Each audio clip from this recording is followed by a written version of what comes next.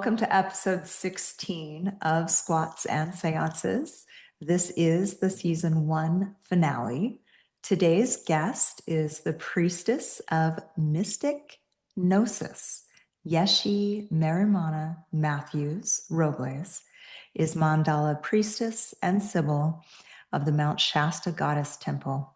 She is avowed and ordained in several different mystery traditions, including Tibetan Buddhism, plant and spirit shamanism, Ifa, Mayan cosmology, and goddess spirituality. With a master's degree in women's history from Sarah Lawrence College, she has studied women's mysticism and matriarchal communities for over 20 years. And she teaches in the temple's priestess and sibyl training programs. She co-owns the Sacred Well Metaphysical Shop, where she offers readings, ancestor guidance sessions, sibyl sessions, and more. Welcome, Yeshi. Thank you. Thank you so much. I'm so happy to be here, Vanessa, and it's so great to see the actualization of your vision. I'm so excited to chat today. This meeting has been long awaited on the podcast. Just to give listeners a little background here, I discovered the Mount Shasta Goddess Temple during one of my own searches for spiritual community and growth opportunities. I originally joined their monthly newsletter, which I found out later was written by Yeshe. That newsletter provided insights into areas of spirituality that were completely foreign to me. I guess they would be considered pagan histories and traditions, rituals, connections, concepts that I honestly probably just wouldn't have even known where to look in the past. I was intrigued and I wanted to understand more about these things and find out how they might be relevant in my own very physically grounded, science-focused lifestyle. So I actually booked a session with Yeshi. That would have been many months ago now. Yeah, I think it was like early 2025, like Yeah, early new year. spring. That session changed my life. I was unaware at the time that by the end of that meeting, I would be instructed to start a podcast. And that would create the very community that I was looking to find, that the podcast would be wildly successful and welcomed by a population of like-minded, spiritually gritty, physically resilient people. Essentially, my tribe was waiting. And that all happened because of my meeting with you. And looking back on that initial session that we had, in your memory, what stands out? Well, what stands out to me from our session was that when we sat down and I started to look at the kind of energetic picture of you, one of your superpowers is your voice, Hmm. your ability to take abstract thoughts, concepts, belief systems, ideas, nuanced discussion, and give it voice in a direct, clear way. And one of the things that came forward in that reading was that if you made your voice available in the world, it would call to you the people who were meant to be your community. And that if you allowed yourself to be heard, you would find like-minded people. And I think that,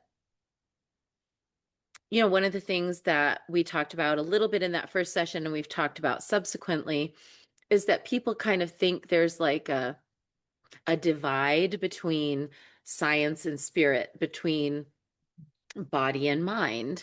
And actually, we are our bodies, and spirit and science have more in common than they have different, in that each seeks to establish itself as a basis of understanding of information that otherwise we would have a hard time grasping.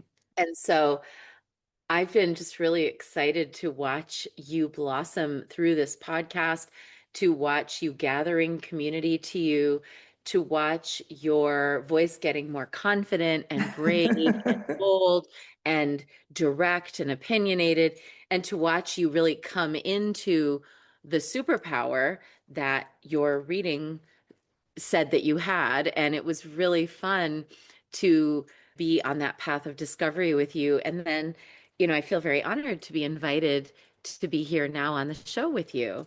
It was my dream from the beginning. In my opening episode, where I talked about my meeting with you and about this, I'm going to call it a divine calling to talk, to share the experiences, to gather people that I've crossed paths with, to share their stories, and to use this platform for a bigger reach. And listeners, I got to say, we had a second meeting. We talked a lot about the second season of the podcast. I'm so excited. I mean, this first season has been amazing, and I think that the best is probably yet to come. So stay tuned, guys. It's going to be really Amazing. good. You get amazing people, and it has just been, it just feels like it's getting better and better. Like you have a wonderful guests, and you have such a natural way about you that is like, just it's blooming. So I'm very excited for you. Thank you so much. I wanted to give everyone a little bit of context there. And then I want to jump into asking you questions. I have so many questions for you about you and where you're at and what you're doing. The first question that I always ask a guest that comes on the podcast for the first time is, what does gritty mean to you? I was raised working class. My father's greatest aspiration when he was growing up was to work at his cousin's gas station. And in the end, he ended up studying ancient languages and becoming a teacher and then a guidance counselor and then a statewide public school advocate for children with special needs. And he became a deacon in his church. And my mom was a professor of human services. But both of them came from families where nobody had more than an eighth grade education Wow. and where they were very much raised working class, working in fact with factory worker families, with domestic work family members. And so even though by the time they had me, my parents both had more education and better jobs than anyone in their families had ever had. At the same time, the year that my parents had me, their combined salary was $4,000 a year. And so we were not rich. We lived very much hand to mouth. Um, so gritty for me implies the sense of survival that comes from no other option. Mm. And when I think about what grit has meant in my life, it means the sandpaper like conditions of reality that force us to become innovative, survival oriented, able to live richly amidst humble means, Oh, that's beautiful.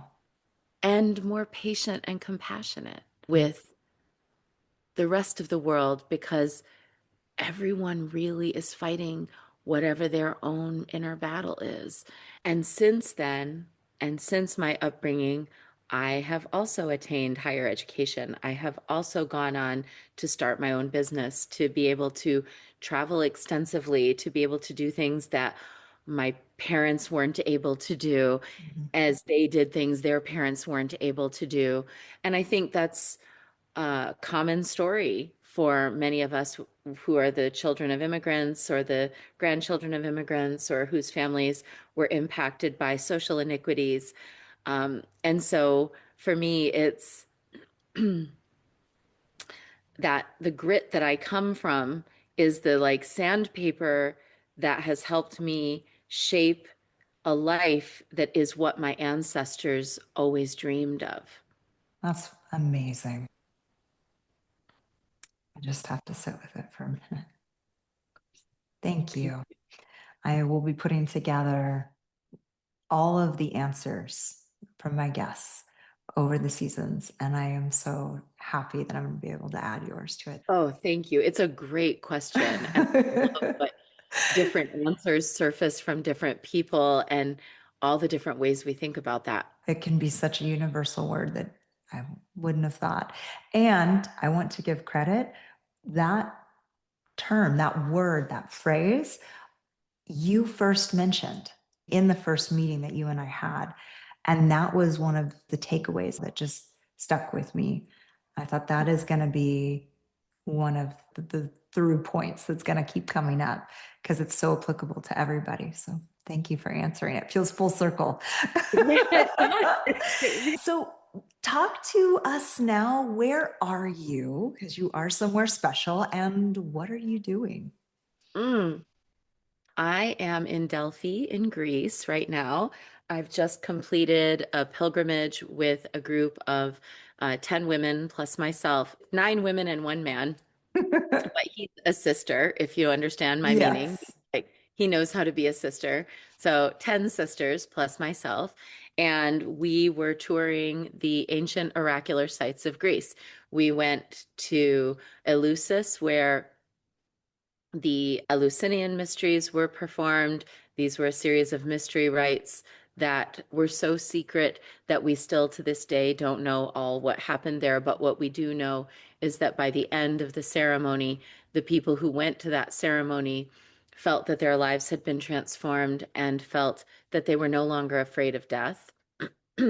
We visited Athens and Mm. we climbed the Acropolis and saw the Parthenon and the different shrines of the Greek gods up there, as well as visiting the Acropolis Museum and some of the finds that have come, the statues and beautiful objects that came from that ancient site.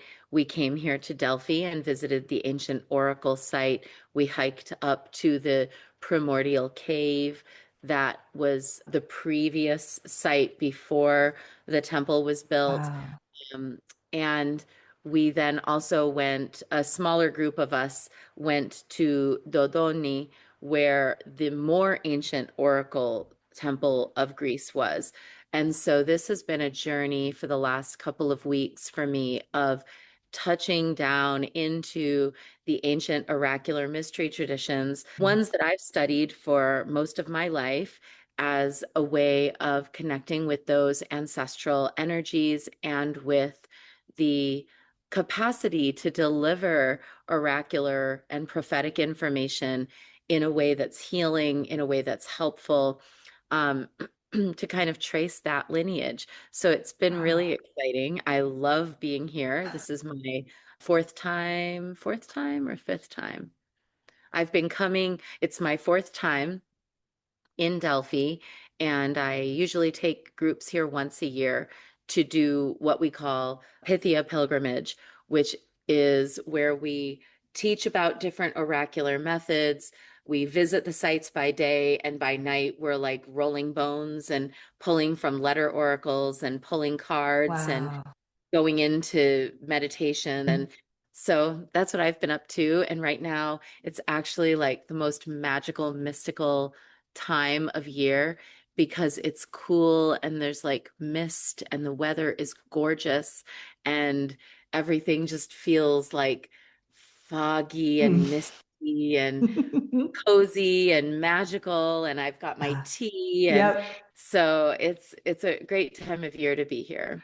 Wow. So how long have you been there so far, duration wise for this trip? I got here September 28th. Today is October 17th. 17th. And so I've been here since then. I will leave here on the 20th, and then one of my friends and I will be going to 2 more sites. We'll be going to the island of Aegina to visit the ancient temples of Zeus and Aphaia, and then we'll be going to Crete to visit the matriarchal temples of Knossos and Festos and some of the ancient sites there. That's amazing. And you do this at least once a year. I typically go each fall. Mhm. Typically, it's in October because Mhm. it's witchy season. I And, love, it's my favorite month. it's like my favorite time of year. The weather's beautiful. It's a nice time of year to be here because it's not as hot Mm. as in the summer. And because I have kind of a regular route, I take groups on pilgrimage to different sites each year, and I like to be in Greece in October. I like to be in Turkey in the spring. I Hmm. like to be in Egypt in the winter. I like to go to Day of the Dead in Mexico, obviously right over Halloween usually. And then I also take groups to France to a Mary Magdalene pilgrimage in the south of Wow. France in May around a particular festival time. So some of it is some of what I do with groups where I'm taking people to a sacred site has to do with like we're there for a specific festival.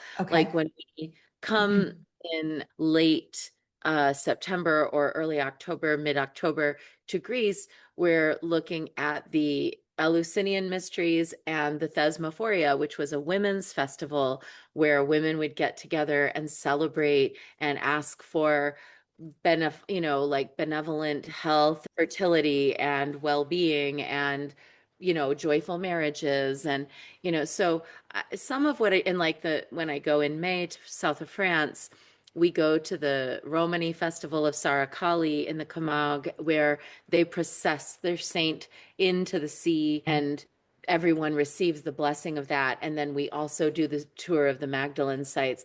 Some of the things that I do are like around, and obviously Dia de los Muertos in Mexico is a time-bound Yeah. holiday. So some of the things I do are time-bound, and then other things I Mhm. do are just more, it just feels like it's the vibe and the time, Yeah. and we go. Yeah. So a little bit of intuitive guidance there. And are you the one, based on your educational history, the background, you've studied all of these different, should I call them religions, I guess, right? Like Yeah, we beliefs? could say traditions, mystery Yeah. traditions, Yeah. really. And so you can curate these experiences for the group that's traveling with you. Yes, Wow. it's absolutely my goal to give people the marriage of the history and then the experience of Mhm. what would it have been like in ancient times. Like we live in a modern era where, we have the internet and we have, our phones and we have cars and all that. But to put your 2 feet on a sacred road, to hike up Yeah. to an ancient cave where there's an altar that's been used since Neolithic times again and again by thousands of people, or to walk the Pilgrim's Way in the south of France and attune to the footsteps of the Magdalene. Where did she go? What Yeah. was she doing? There's an embodiment, which I Mhm. think you really Yeah. uniquely understand, the importance of getting the energy in our body. And actually, this is one of the reasons I wanted to come on this podcast with you, because at first I thought, well, I don't really, I'm not really a gym person. I don't know, like, what would I have to talk about? But Right. then as we deepened in our Yeah. relationship, I thought, gosh, I have a lot to say A here about lot. There's so much I want to hear you talk embodiment, about. Yes. and about how we get an energy into our body. And Yeah. like one of my goals, I'm 51, one of my goals for my fitness and my health at all sizes and ages Yep. in my life is, can I still climb a mountain at Yeah. dawn to worship the ancient gods at sunrise? Because I want to be able to do that. Can I walk 3, 4, 5 miles in a day and be totally okay with it? And I keep my balance on unsteady terrain. And so it's interesting because my approach to fitness is very much about keeping my feet on the sacred road in front of me and being able to continue at all ages, at weight, at size, Yeah. at all different levels of ability for myself and my guests to be able to go have these embodied experiences of the Yeah. goddess. And I have a circle of women around me who are of all different varying, levels of ability and age and size and capacity. And so figuring out like what is that magic formula that allows each of us to be fully embodied Yeah. in the goddess, in the landscape, is like one of the great things that I like to do. So it is bringing together the history and what did they do in ancient times, and then bringing together, this is what we're working with now, and how can I make that work for everyone? It's like putting together a Oh my puzzle. gosh. This is the perfect example of those three pillars. You've got the spirituality component, you have the physical body, the physiology, and you have the psychology fitting everything together. meeting people Yes. where they're at so that they can have this real time experience. How Yeah. powerful that must be. It's really important. It's really important. Earlier this year, I had a guest on one of my tours. I have most of my tours are for women only. Mhm. Occasionally, I have tours where it's couples or, women and men. And earlier this year, I had a fellow on one of my tours who had advanced Parkinson's Mhm. and helping to figure out how to provide him with an amazing embodied experience that didn't leave him feeling less than, Yeah. left out, wistful. And so there was one place where it was going to be, he needed poles, Yeah. for balance. And there was an area where it just wasn't going to be possible for him to do this one hike. And instead, I found these guys with horse and carriages who would take him around the backside of the site. And so I sent the walking group with one of the other guides. I got with him and one other woman who had had a knee replacement into the carriage. Yes. We took the horse carriage. And then we all met up for coffee at the end, and it It's was great. perfect. And I have guests who come who are like gluten free or have severe allergies, and we have to figure out, and I have all kinds of resources for how we can make sure that, that they stay safe. So it's about meeting people's bodies where they are and saying everybody deserves to have brilliant adventures Yeah. and how that can happen for everybody, or dealing with clients who are clean and sober Mhm. and, you know, um, figuring out how to ensure that their experience is honored and that they don't feel left out. There's Yeah. 100 different ways it arises. And I'm Right. sure you, as a fitness, Oh, you know, yes. as, practitioner, you also have to think about those things I was going about to like, say it's parallel to teaching a class. You have the athletes that come in, and everyone is an athlete. I don't use that term as an elitist term. Everyone is an right, athlete, from my 80 right. something year old athletes to my 20 something year old athletes. Everybody is an athlete. And they walk in, and I have to be ready to modify whatever I'm presenting, but maintain the stimulus. And that's Yeah. exactly what I hear you describing. And it's so beautiful to me. These things are so parallel. I have a hard time traveling as much as I love traveling, but the stress on my body, the physical exertion, jet lag, time differences, Oh, yeah. cultural shifts and expectations.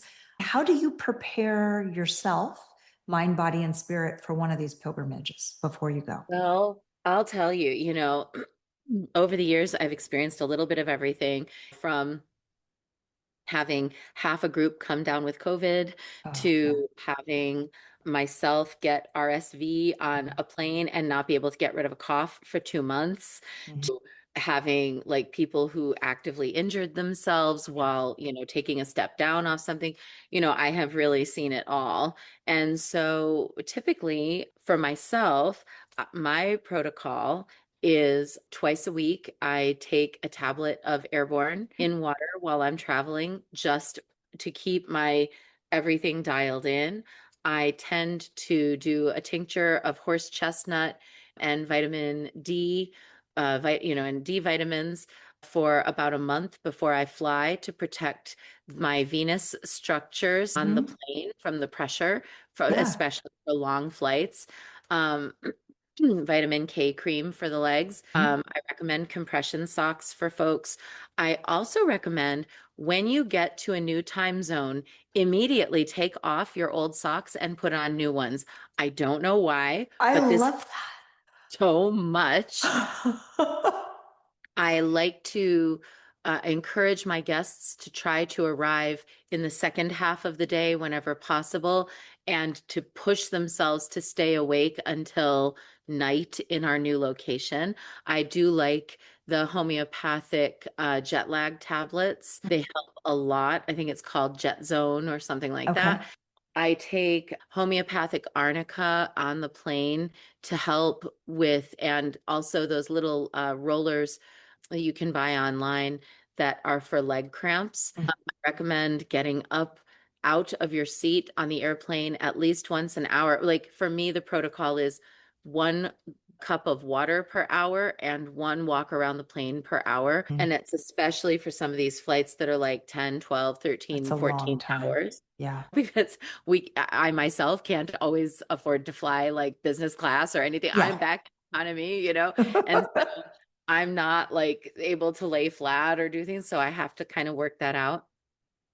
I know that for me, stretching is really important when I get to a new place, doing some deep back stretches and, knee stretches, as well as I will tell you, I carry like a stash of 100 of these patches you can find online. I get them on Amazon.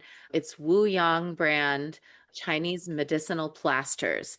And Oh, for athletes, yeah. anyone who's worked out, if you've pulled something, if you have muscular pain, if you have even pain like in a joint, man, you slap one of those babies on before you go to bed and in the Hmm. morning, you feel like a new person. I need to So try this. I I'm obsessed with them. And Okay. actually, over the years, every one of my guests ends up being like, what are those things called? Where did you get those? Yeah. Hmm, Okay. That's a the great heck? recommendation, even if you're not So traveling, that's like guys.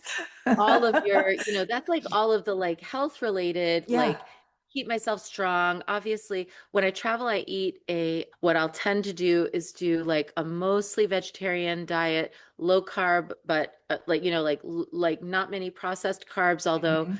it's so hard. In a lot of countries, bread is the Oh, big thing, gosh. Yeah. And when you're there, um, you'd want to eat what's one, there because you can't get it at home, right? So, right, because it's really good. yeah. So I noticed that like, if I'm in Greece or Turkey or Egypt and I eat bread, or in France, I eat bread, it's so much better than what I get in the Oh, US, to yeah. be perfectly honest. Yeah. Um, so but I do like low grain, lots of veggies, and then I do like high protein like every 2 to 3 days just to like really dial it in with Mhm. like fish or chicken or beef.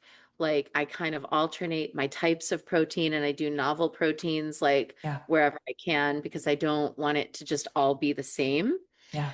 So that's kind of some of the more dietary.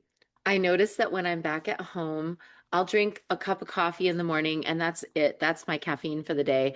But when I travel, I'm able to drink I drink coffee all day long. Like when I'm abroad, I don't know. Maybe it's like something about the vibe, or maybe Yeah. it's a little less processed. I'm not sure, but like I really like my coffee. I love my midday coffee in the Mm. and but then in terms of like groundedness, I do recommend bringing a piece of black tourmaline Mm. for smoky quartz for grounding.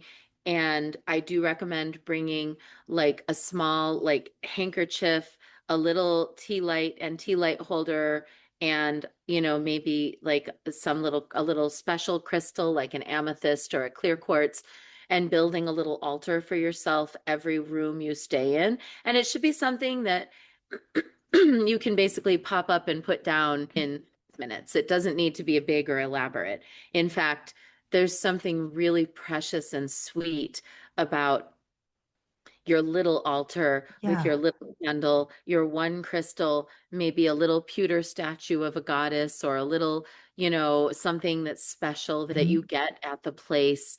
I usually have a couple of pieces of jewelry that I have specifically charged before I leave with safety and protection. I carry aquamarine in my suitcase so that my suitcase will get where it needs to go.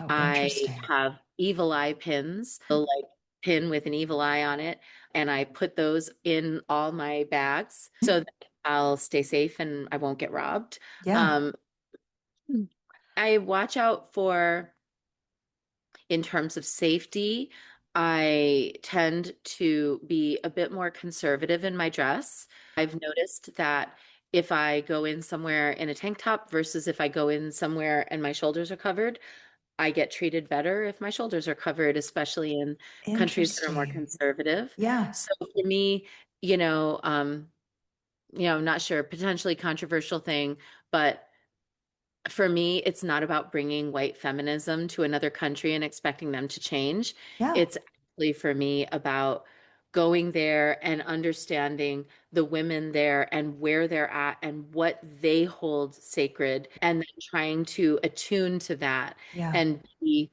as one with them or fit in and follow their lead. I feel like that engenders more goodwill.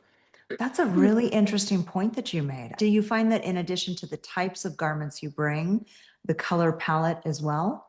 That's a great question.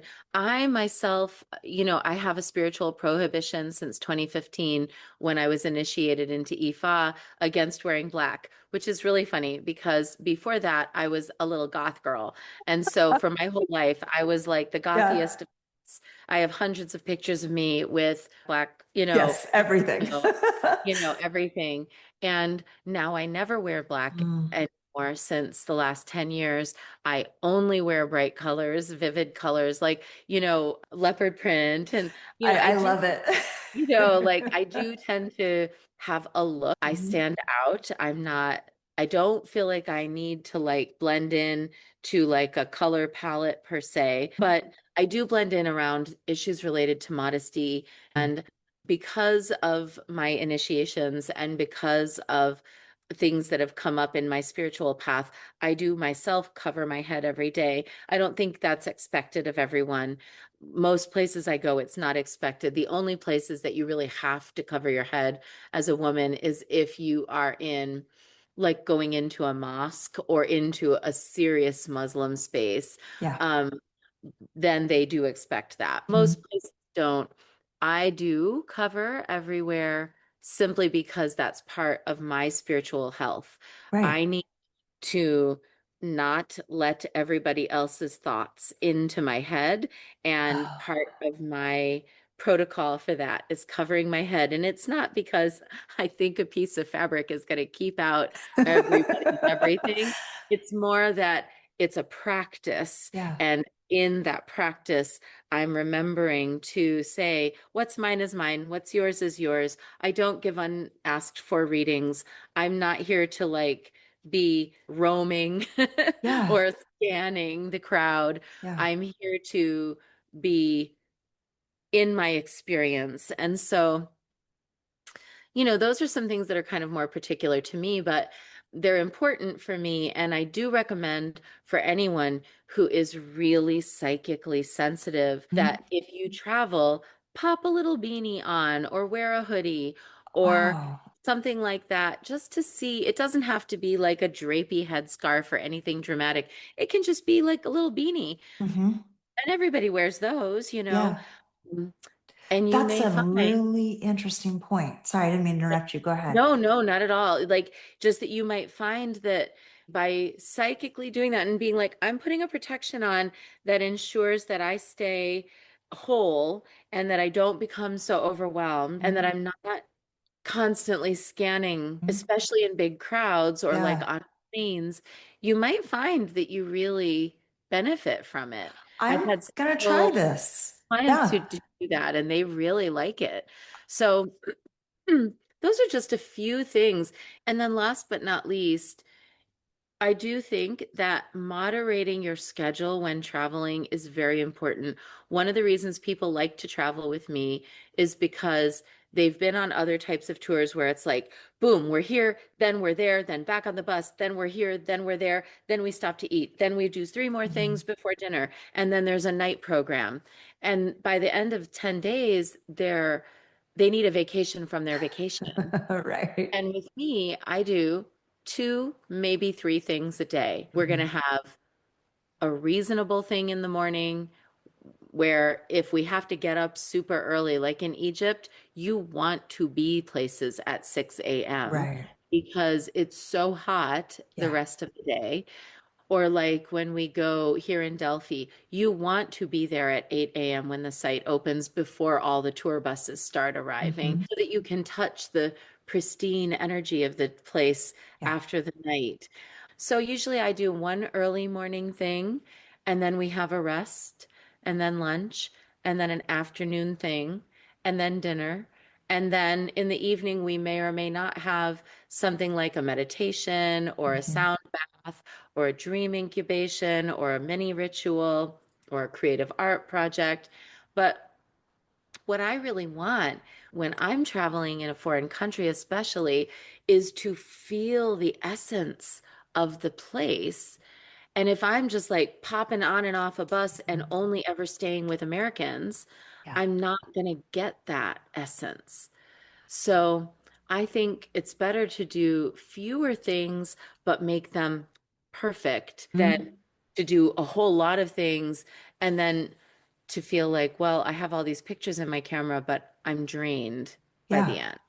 That's a very interesting distinction to make. I wonder how many people do, exactly what you described. They go on these overscheduled trips to try to fit everything in, thinking this is a one and done experience, and then come back and realize that they didn't really attune to what was there. I've been on trips that were like that and where I just felt like it was like this never-ending sprint. Yeah. And where I was aching to just like, let me just sit here for an hour Mm. and sip a cup of tea and watch the world go by and Yeah. write in a journal. Or we have one woman on this trip. She is wonderful, Monette Chilson. She's an author, Mm. really, really great. She has brought this little kit with her that has this like putty, and you press it onto like a monument or onto like a shape on a pillar, and you can peel it off and press it onto like a stamp pad and then press it into your journal. So she's been taking these beautiful That's imprints. amazing. And in order to be able to do, and then she leaves a blank page.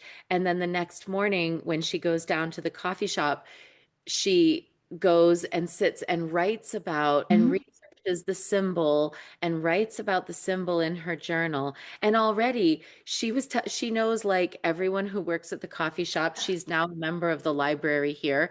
She goes out in the morning with her little journal and her Yeah.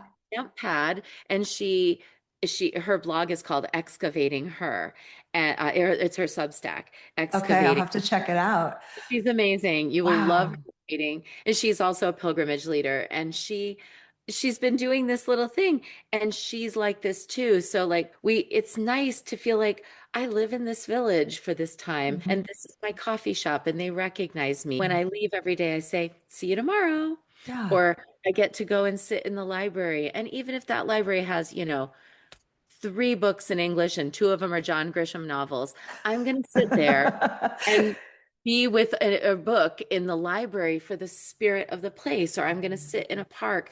And I like to have that for people to feel like that spirit of self-discovery in a place that is unusual to them, because travel isn't about getting away from the life that we were living. It's about seeing parts of ourselves that we don't see when we're in our routines. It's kind of like Yeah. how how you have like you'll have like arms day and then you have leg day and then you have something else, because a day of like abs and whatever, because if you do the same thing every day, Mhm. you stop seeing gains. Yeah. And Yes. that's the case for everything in life. If you do the same thing every day, you stop seeing gains. Yes. And you need to kind of find ways to see yourself in new places and in new ways. And at any time I go anywhere, I see a new aspect of myself. And sometimes it's a shadow aspect, and I'm like, ooh, Mm. okay, girl, you and me, we need to work on that. And Mm. sometimes it's like a new gift. Yeah. Sometimes it's an aspect of myself that I had forgotten. Yeah. So slow travel, that's kind of what I do, is slow travel is There's your that, phrase right there. That's yeah, exactly is what it is.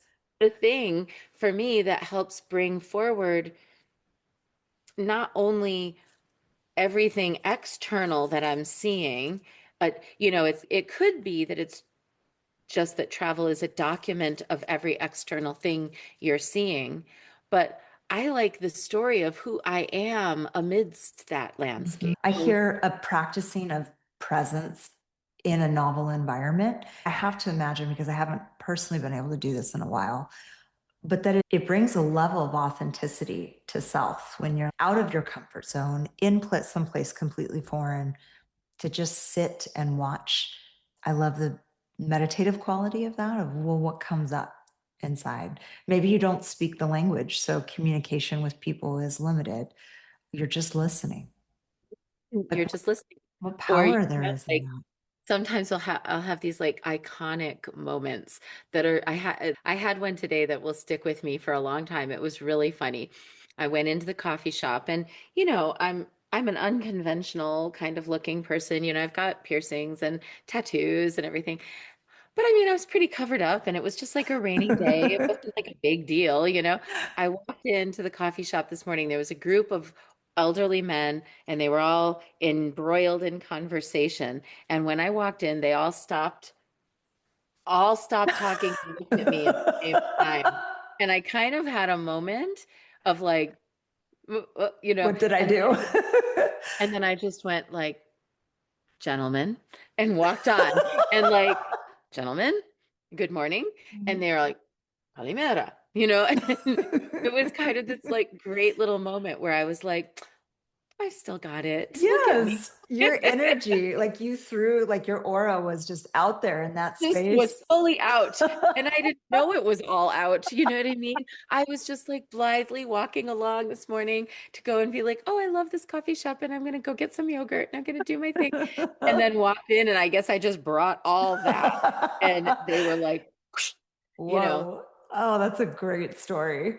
like a little iconic moment, and it'll stay with me. And there is a quality, but so there's how you see yourself, there's how others see you.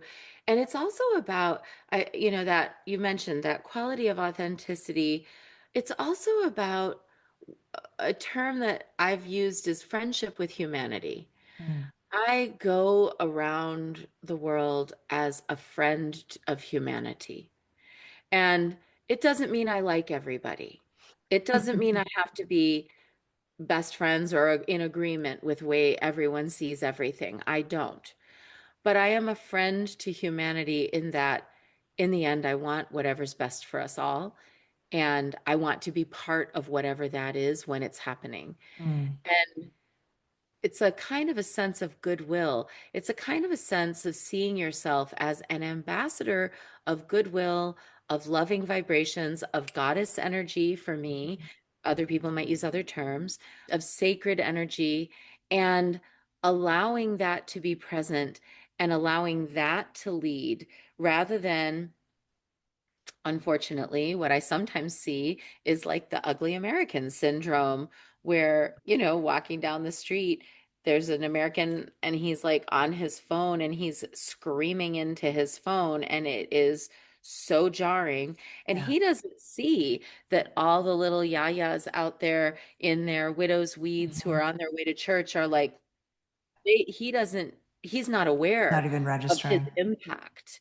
And I like to be aware of my impact. And I like to bring a kind of a cloud of like pink gold Mhm. light that says, even if I've made a mistake, even if I've done something that I didn't know better, even if I, like Yeah. mispronounce something or whatever, that there's like a quality that's like, oh, but she's cute for trying, Yes. I see the effort, or, in France, it often happens where I'll go in, I'm like, I found out in France very quickly that if you don't say, good morning, how are you? They do not want to serve you. Oh, If you walk interesting. in and they're just like, bonjour, like, Hello, are you you going rude to say person. good morning? And so I've learned when I walk in, the minute I walk Mm. into any place in France, bonjour, comment ça va? And they're always, oh, bonjour. And by the time I get to the counter, they already know they Oh. better speak English to me. Probably it's easier for both of us. But they love that I was trying, What I right? hear you describing is traveling with energetic awareness. Like what you described in that coffee shop, walking in and being like, oh, here's how my energy totally changes the dynamic of the space. And I get to decide how that shows up, right? That's Like, really gentlemen, amazing. we're all having a moment together. Like, you didn't expect me. I also didn't expect you. And here we are. And You know, yes, good like, day. good day. Have a I good one. love that you've shared all of this. There's so much good information here, not just for traveling, but as a blueprint to show up in day to day life too. If these are This is qualities that you could think about on a daily basis of all of those things, we could all be better humanitarians in so many To my ways. thinking, this is the essence of being a priestess in the Mhm. world. I'm a classically trained priestess. I'm ordained in several different traditions. I feel like I am here on the planet to hold for the benefit of all beings. I don't presume to know what that is. I just know that when it's happening, there's a vibe, and I want to contribute to that. Yeah. And then that means that I simultaneously kind of blend in and stand out. It means that I simultaneously sort of belong everywhere and nowhere. Hmm. Am not trying exactly to fit in completely. I am myself. I'm not pretending. I'm not putting on airs. I'm not faking it, but I'm Performing. also Yeah. performing. Thank you. Yes, exactly. I'm not doing that. But at the same time, I am honoring custom as the best to the best of my ability. I am assessing energy. I am bringing goodwill. I am making the effort. I feel like the role of priestess in the world, which is how I see myself, what other names other people might use to describe what they do. There's so many terms, but I see that the essence of being essentially a helper, healer spirit on earth is that wherever you go, you are the observer of it. You are in it, even when you are not of it. You are the contributor to it, but you're not doing it because it makes you look good. You're doing it because it's who you are. You are who you are because you are who you are, not because of what anyone else is doing. Yeah. You stand by your values. You stand by your practice. You also know that goodwill is the result of a certain amount of give and take and respect. And you are ready at a moment's notice to do a good deed. And Hmm. if I can go through my day with that, whether I'm in, you know, Orlando or Cairo or Hmm. Cincinnati or Athens or wherever, the middle of the desert, then I feel like I've had a good day. Even if Yeah. I've made mistakes, I feel like I've had a good day because I learned and I was able to be part of it. And I That's was able to hold a certain level of humility within that. what you described there for me is authenticity. You Yes. are you, and you just owned that in a way that didn't put anything on anyone else and wasn't a performance. You just showed up and exactly how you are. You being you, which I Yeah. think in terms of one's physical goals, of one's Mm. physical performance capacity. I think when you are there, and whether you're on your Stairmaster or whether you're lifting or whether you're doing your squats or whether you're in your Zumba class or whatever it is, Yes. at the end of the day, it's you are in competition with you of Hmm. yesterday to Hmm. be a better you. Hmm. That's it. Even when there's friendly competition, even Yeah. when there's like money involved, like a prize or something like that, or whatever it is, like you're only ever in competition with yourself. And it's you facing you Yeah. at the end of the day.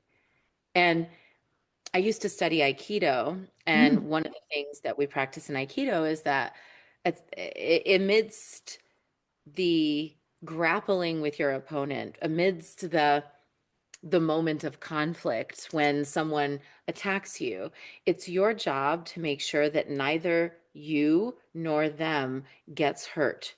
Isn't that So interesting? How, Aikido is a martial art right. that's all about nobody getting hurt. People will be like, how does that come together? But it actually does. It's one of those It, dichotomies. it's about subduing the ego. Mhm. Ultimately, it's about subduing the ego. It's about going in with I don't need to be right.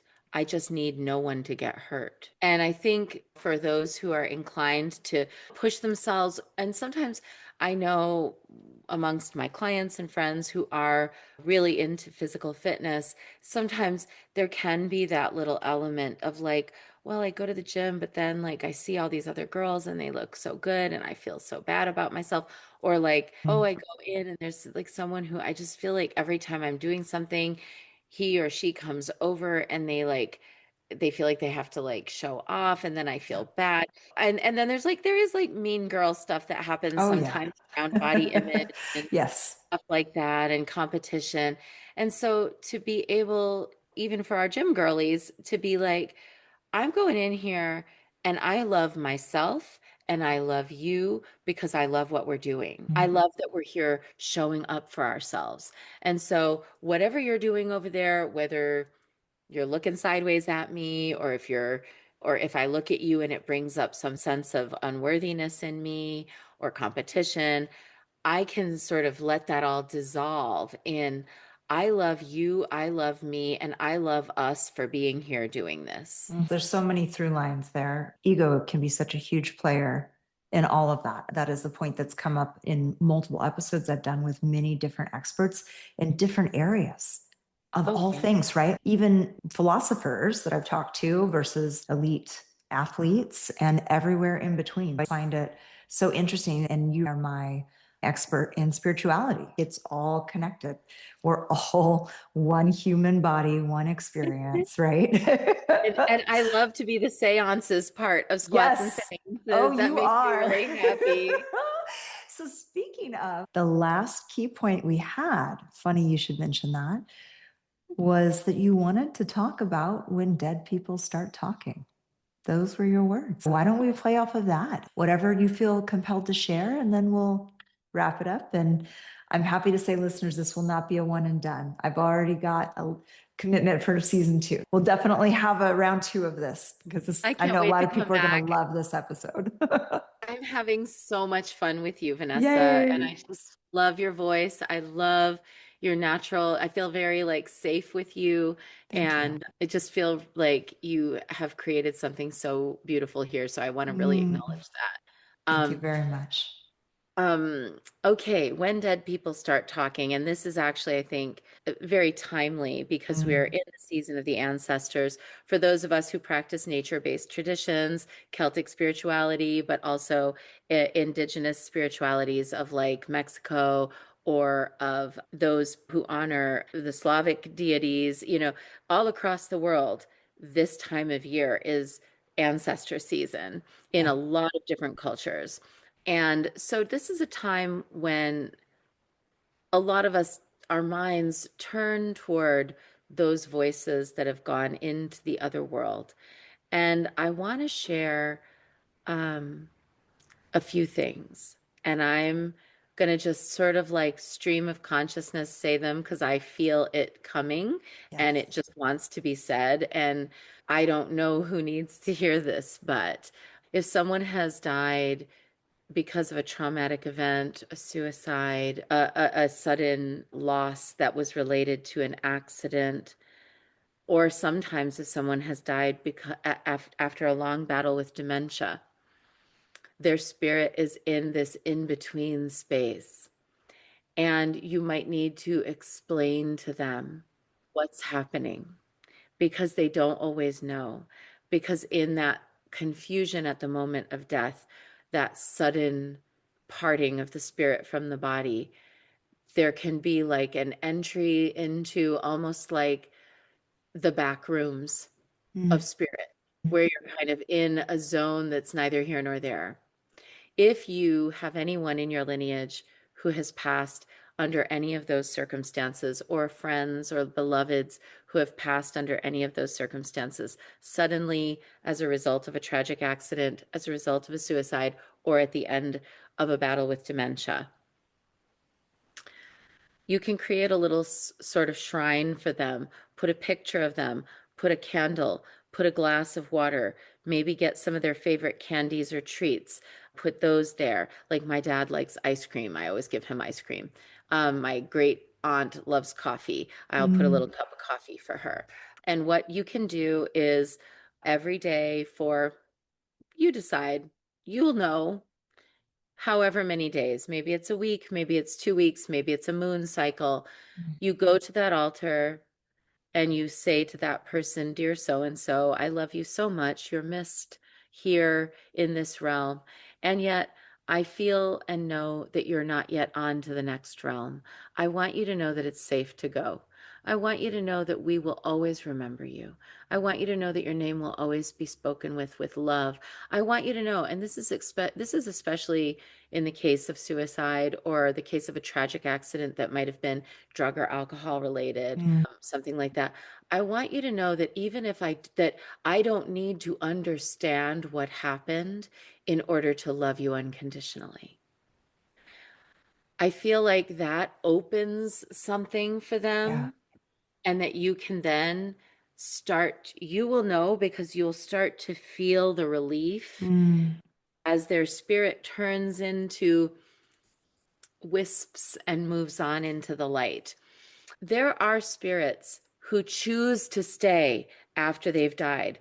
Frequently, if a woman dies and her one of her adult children has just had a baby, she mm, will stay on purpose because she wants to hang out with her grandbaby. yes. Give that grandbaby her middle name, or bring a blanket that mom made, or a piece of her clothing, or a piece of her jewelry into the baby's room. Invite her to be a protector of that baby. Yeah. Um, this frequently happens with, as I mentioned, moms who have, or, and dads too, who have grandbabies, but sometimes it also happens with widows and widowers. If somebody passed and they are wanting to make sure that their person on this side is okay, they will volitionally stick around. They can see the light, they can see the path, they can see how to get there, and they say, "Not yet." The dead are always communicating with us in subtle ways. You probably know it in a smell of Yeah. perfume or a smell of a certain type of food cooking. You will know it in a song that comes on the radio. You will know it in a particular symbol that just was like a secret, like joke between the two of Yeah. you, or things like that. They're always communicating. And sometimes a science-minded person might be tempted to think of that as a coincidence. If the science-minded person were to allow themselves to think of that as a deliberate communication, it actually opens the door to the possibility of the collection of proof that Yeah. communication of that nature exists, and Mhm. that it is documentable, and that it is repeatable, and that it does happen with regularity. So allowing oneself to have that belief of like, hey, what if that was a sign? Yeah. I don't have to fully believe it yet, but I'm just going to note that it happened and see if it happens again. Hmm. Um, the dead will sometimes speak to us through our children. And if you have a child who says like extremely smart, precocious things, like, "Whoa, where Yeah. did that come from? That little wisdom being just came up with something." Sometimes that is an ancestral wisdom speaking through that child. It might mean that they are carrying the wisdom of the lineage. Similarly, children often will have dreams Yeah. in which ancestors come and where they know things that they shouldn't know Mhm. about members of the family. It's good to listen to that. I also note that unhealed trauma reveals itself in our children. And this is one of the most compelling reasons I myself don't have kids. I'm a mother to many, many adults. Yes. Um, but I don't have children in this life, but I know from working with thousands of women over the last 20 plus years that sometimes a woman will come and she's weeping and she's like, "I don't know if I'm a good mother. I think maybe I've been a bad mom.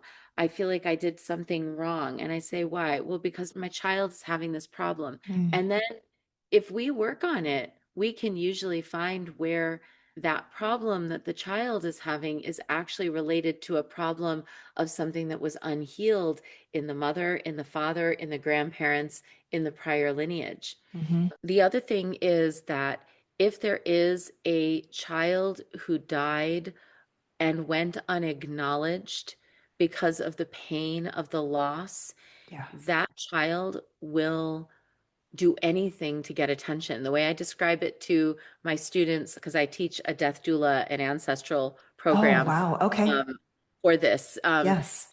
So when I am teaching about it, the way I'll say is like, if you walk into a room and there's 30 adults and one crying baby, who's in charge of the room? Yeah. The crying The baby. crying baby.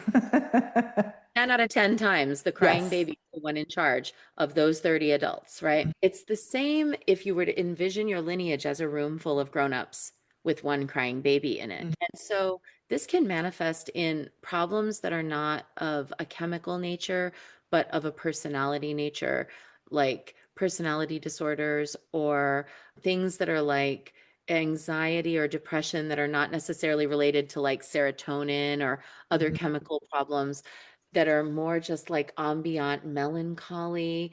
It can manifest in irrational fears. Yeah. It can manifest in phobias and in like extreme pickiness in eating. If you have a child that has these kinds of things and you and the doctors are tearing your hair out because it's like there's nothing wrong, but something's wrong, Yeah.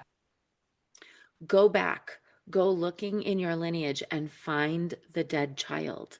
Interesting. Ooh, I got And goosebumps with that. make sure that you make a little altar, whether it's, oh, great aunt so and so, had a stillborn baby and it was so bad, the situation was so bad that she kind of lost her mind and we never spoke of it again. Go find out. There's where you If need to go. that's Baby Wow. J, you Yeah. have to go be like, Baby J, I'm naming you Jennifer, and you are in my family now. And I'll make sure that once a year on your birthday, I say your name, I remember you, I bring a little toy to the cemetery and I put it on a child's grave representatively for you, even if I don't know where your grave is. Go find that. The number of times that I have gone on a hunt to find the unacknowledged child that died Yeah. in order to help a child that's living. I can't Interesting. even count it. That's So profound. I guess these are just a few of the things that I wanted to say on when the Yeah. dead speak for this season. And mostly it's in a spirit of right now, the veil is thin between the worlds. They are listening. They're always listening and they're always with us. But right now is the time of year that is collectively, traditionally consecrated for this. If you're dealing with problems in your family, if you're dealing with trauma, if you're dealing with your own PTSD, if you're dealing with things like anxiety or depression, if you're dealing with things like I have in my family of like uh, weight gain and health problems that are associated with lineages of poverty, if Mhm. you have in your family things that are causing like discord, like brother against brother, parent against child, go to your ancestors and find out what they have to say. The benevolent ancestors are here to help you. They want to help you. They don't want to see this pain passed on. They wish when they get to the other side that they had a way of fixing it during life. You can fix it. And when you decide to fix it and you take that on for your lineage, it elevates your whole lineage backwards and forwards. Your children benefit, your ancestors benefit, your mom benefits. If you're coping, you're so and so with an addiction problem Yeah. benefits, whoever, everybody Everyone. benefits. And if you choose to say, like, and there's lots of ways of doing it, by the power of me doing these 100 squats today, I will resolve in myself my family's problem with eating disorders or diabetes or whatever. By Yeah. the power of me taking it on myself Mhm. and doing it, making this ritual, doing this practice, I want everyone to have the benefit of the energy that I'm generating here. Yeah. It And then starts watch worlds starts with you. change. I would recommend if you're listening, rewind and listen to it again because I will definitely be doing that as well. Thank you so much, Yeshi. Where can people go to find you, the work, the services that you offer?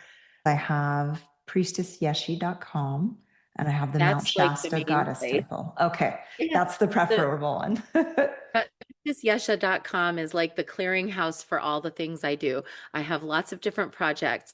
I have a shop, The Sacred Well, that's sacredwell.com. I have the Mount Shasta Goddess Temple, that's mountshastagaddesstemple.com.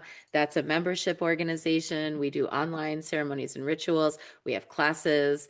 We're devotionally based. I have caravansophia.com. That's my travel site, and I'm just building out the trips for 2026. If you want to come with me to Greece or Egypt or Crete or Mexico City for Day of the Dead or whatever, please go there. But priestessyeshe.com has like a little bit of everything. The best way to stay in touch with me is to follow me on social media. I'm Priestess Yeshe on Instagram. I'm Priestess Yeshe everywhere. And you can also, get on my newsletter, my link tree, and you'll find that I don't send frequent newsletters, but when I send them, it's a dispatch from my heart, usually somewhere from the road, and always with the intention of true heart connection. I'm not here building a business. I am in this world to do good, to create an ambient sphere of benefit and blessing, and to live within it with a community of people who share that vision of Mhm. a whole and healed world. And so, thank you for having me, Oh my giving me a goodness. space to talk Yes. about things that were precious and important to me today. I wish you continued blessing and success and cannot wait for season 2. Yay. Thank you so much for your time and energy. And I cannot wait as well to connect with you on season 2. You have a wonderful evening in Greece. Thank you. Bye bye. Hey, Gritties. That's a wrap. That's season 1 done. 16 weeks of amazing interviews, content, and thought provoking discussions. I hope that you've enjoyed it. It has been so incredible to see this community grow and feel so much love, appreciation, and support. Thank you to everybody that has listened, has subscribed, has written a review, or has shared the podcast. We wouldn't be where we're at today without you. I will be producing a bunch of content in the off season. It's actually already fully booked for season 2. Our theme is going to be lifestyle. There will be many interesting guests on the podcast to talk about different ways that we can explore optimizing our day-to-day experiences. So stay tuned for that. It'll come out in early 2026, probably February, beginning of February. In the meantime, please go to squatsandseances.com. There's a little button you can click, put in your email address, and you can subscribe to a newsletter where I'll be able to share some bonus content and tips and tricks and things that I've picked up from talking to all of these amazing guests along the way. Obviously, you can find me on social media. We'll be posting there, probably not as much in the off season, but we'll come back with a bang in early 2026. So I hope you have a fantastic Halloween. Today is the day, and enjoy your holidays. I'll see you guys again soon. Bye.